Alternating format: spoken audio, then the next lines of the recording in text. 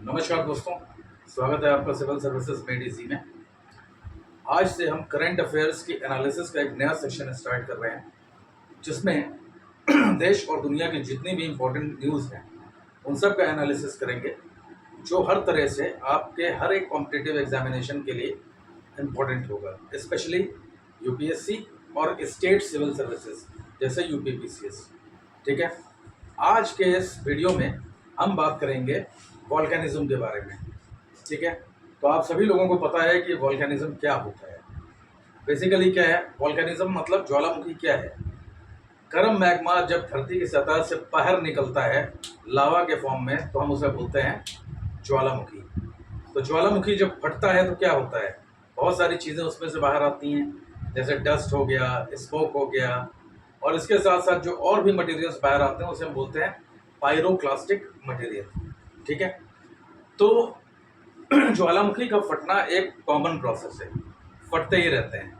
But recently एक ज्वालामुखी जिसे हम बोलते हैं टोंगा टोंगा ज्वालामुखी, ये फटा था 2022 में, और इसके ऊपर रिसर्चर्स ने रिसर्च करना स्टार्ट कर दिया।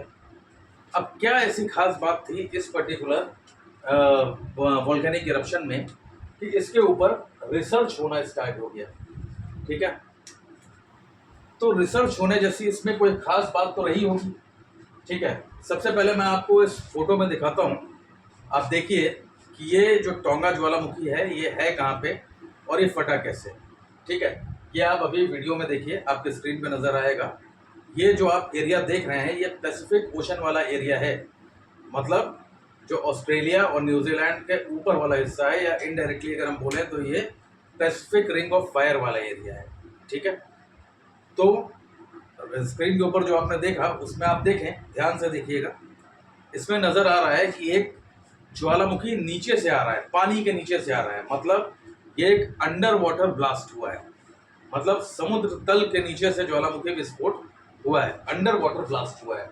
तो जैसे ही ये अंडर वाटर ब्लास्ट हुआ तो उसकी वजह से क्या हुआ, बहुत सारा पानी या बहुत सारी हीट रिलीज हुई। उस हीट ने क्या किया, पानी को हीट कर दिया, बॉईल कर दिया, और उसकी वजह से क्या हुआ, पानी को एक किक मिला। तो वाटर वेपर के फॉर्म में पानी कहाँ पहुंच गया, स्ट्रेटोस्फीयर में पहुंच गया, संताप मंडल में पहुंच गया।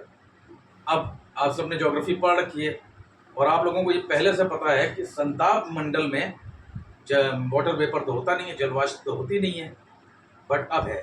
अब आप देखिए, इस ज्वालामुखी विस्फोट के बाद जो पानी को किक मिला, जो पानी गर्म हुआ, वो सीधे कहाँ गया, संताप मंडल में गया।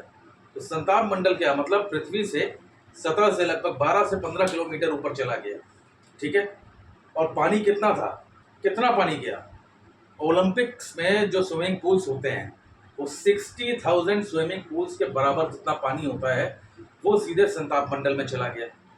तो इतना सारा पानी जब संताप मंडल में पहुंचा है तो कुछ ना कुछ स्पेशल बात तो होगी।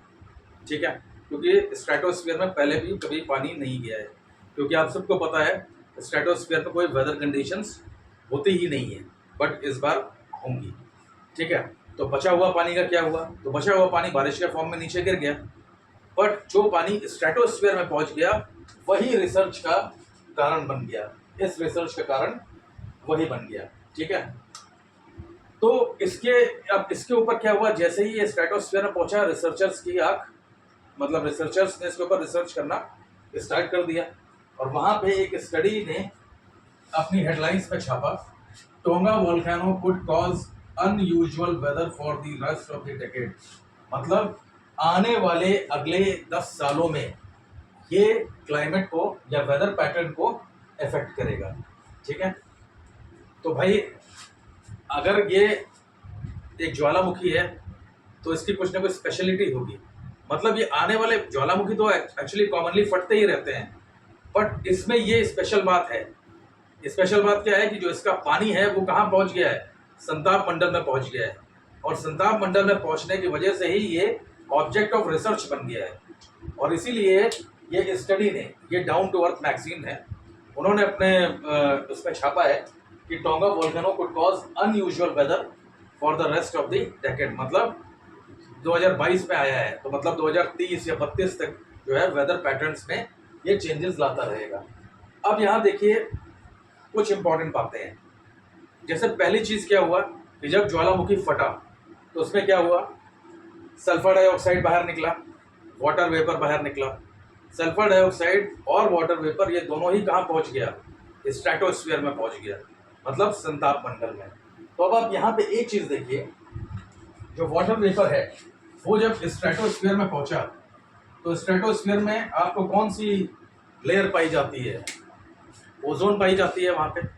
तो वाटर वेपर ने ओजोन के साथ रिएक्शन किया और ओजोन लेयर को ही डिप्लीट कर दिया, फाड़ दिया ओजोन लेयर को ही, जिसकी वजह से क्या हुआ, ओजोन होल की फॉर्मेशन हुआ। तो ये माना जा रहा है कि टोंगा वोल्केनो का एक बहुत बड़ा कंट्रीब्यूशन है ओजोन होल डिप्लीशन में, ठीक है, या ये ओजोन होल के डिप्लीशन में टोंगा का एक बहुत बड़ा रोल है। दूसरी चीज, सल्फर डाइऑक्साइड जो बाहर निकली, सल्फर डाइऑक्साइड जो बाहर निकली, इसने क्या किया, कुछ समय के लिए जो सनलाइट है उसको नीचे आने ही नहीं दिया, स्ट्रेटोस्फीयर से ही उसको वापस रिफ्रैक्ट करवा दिया, स्कैटर करवा दिया। तो उससे क्या हुआ कि जब सनलाइट नीचे आई ही नहीं तो कुछ समय के लिए जो नीचे का टेम्परेचर था वो थोड़ा सा कम हो गया। इसको हम लोगों ने बोला ग्लोबल कूलिंग। जैसे आपने अभी तक पढ़ा हुआ है ग्लोबल वार्मिंग। ग्लोबल वार्मिंग में क्या होता है, जो ग्रीन हाउस गैसेस हैं वो अर्थ की सरफेस से जो हीट निकल रही है उसको आउटर स्पेस में नहीं जाने देती है।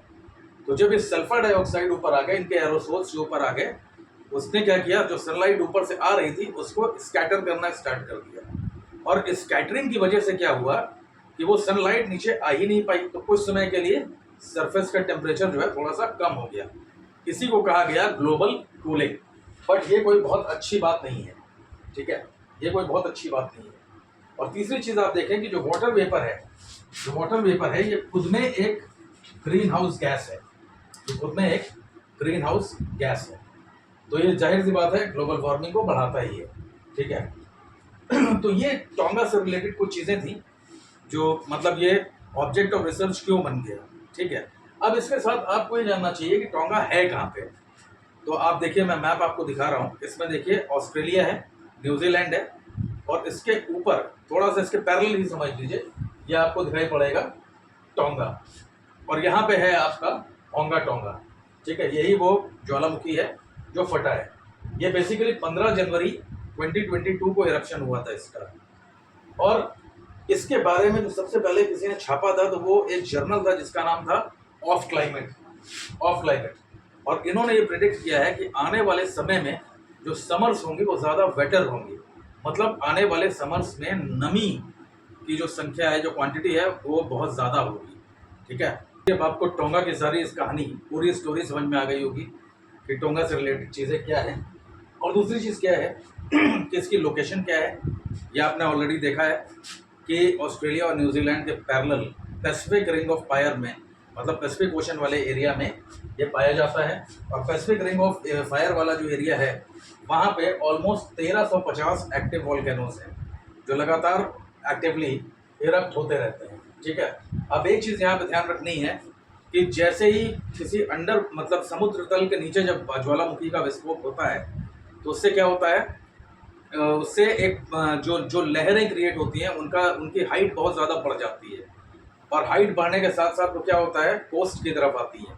तो समुद्र की लहरों का, समुद्र का पानी जब कोस्ट तक आ जाता है बड़े लहरों के फॉर्म में, तो उसे बोला जाता है सुनामी, ठीक है। और सुनामी बहुत ही डिजास्टर्स होती है, ये हम लोगों ने पहले भी देखा है, ठीक है। अब वीडियो को एंड करने से पहले बस आप इस पूरे चीज़ों का समरी आप देख लीजिए, कंक्लूजन देख लीजिए, इसमें आप लोगों को क्या क्या याद रखना है। पहली चीज़ तो आपको लोकेशन टोंगा का याद रखना है कि टोंगा किस जगह पे है, ये मैंने आपको बताया है। दूसरी चीज़, इम्पैक्ट्स ऑफ वोल्केनिक इरप्शन, जो ज्वालामुखी विस्फोट हुआ उसके क्या प्रभाव होंगे, क्या इम्पैक्ट्स होंगे। जैसे मैंने आपको बताया ग्लोबल कूलिंग होगा, ग्लोबल वार्मिंग होगा, सुनामी होगा, और ओजोन लेयर का डिप्लीशन होगा। तो ग्लोबल कूलिंग क्या होता है ये आप लोगों को मैंने बताया कि सल्फर जो है एरोसोल्स बनाने के बाद स्ट्रेटोस्फीयर में सनलाइट को नीचे आने ही नहीं देता है, तो उससे क्या होता है, कुछ समय के लिए सरफेस का टेम्परेचर डाउन हो जाता है, जिसे हम लोग बोलते हैं ग्लोबल कूलिंग। ग्लोबल वार्मिंग क्या होता है, ग्रीन हाउस गैसेस जो होती हैं जैसे जलवाष्प, वो क्या करती है, धरती की हीट को ऊपर स्पेस में जाने नहीं देती है, तो सरफेस का टेम्परेचर बढ़ाती है। इसके साथ साथ नेक्स्ट सुनामी। सुनामी क्या चीज़ है? जब अंडर वाटर अर्थक्वेक या ज्वालामुखी आने की वजह से लहरों का साइज बढ़ जाता है और वो कोस्ट पे आ जाती है, तो उसे हम बोलते हैं सुनामी। और ओजोन डिप्लीशन आपको ऑलरेडी पता ही है। तो इतनी सारी चीज़ें हैं। और बाकी ज्वालामुखी में आपको पता है कि ज्वालामुखी क्या होता है। धरती के अंदर, मतलब अगर हम अर्थ की बात करें तो 3 लेयर्स होती हैं, क्रस्ट, मेंटल और कोर। जिसमें मेंटल के अंदर बहुत सारा लावा मैग्मा होता है जो हीटेड कंडीशन में होता है। वो जब धरती को फाड़ के बाहर आता है तो उससे लावा के फॉर्म में बाहर आता है, जिसे हम बोलते हैं वोल्केनो। ठीक है, ज्वालामुखी। ये 3 तरह के होते हैं, एक्टिव होते हैं, टॉर्मेंट होते हैं और डेड होते हैं। तो टोंगा जो है वो एक्टिव वोल्केनो के फॉर्म में था। और मुझे लगता है कि सारी चीज़ें मैंने आपको टोंगा वोल्केनिज्म से रिलेटेड सारी चीज़ें मैंने आपको बता दी हैं। तो लास्ट में बस, अगर वीडियो अच्छा लगा हो तो लाइक, शेयर एंड सब्सक्राइब कर दीजिएगा। Thank you.